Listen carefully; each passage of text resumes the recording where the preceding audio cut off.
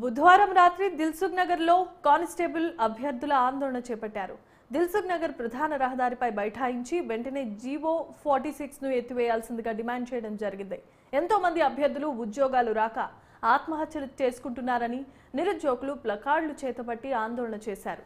నిరుద్యోగుల ఆందోళనతో దిల్సుఖ్ నగర్ ప్రధాన రహదారిపై ట్రాఫిక్ జామ్ కావడంతో వాహనదారులు తీవ్రమైన ఇబ్బందులను ఎదుర్కొన్నారు.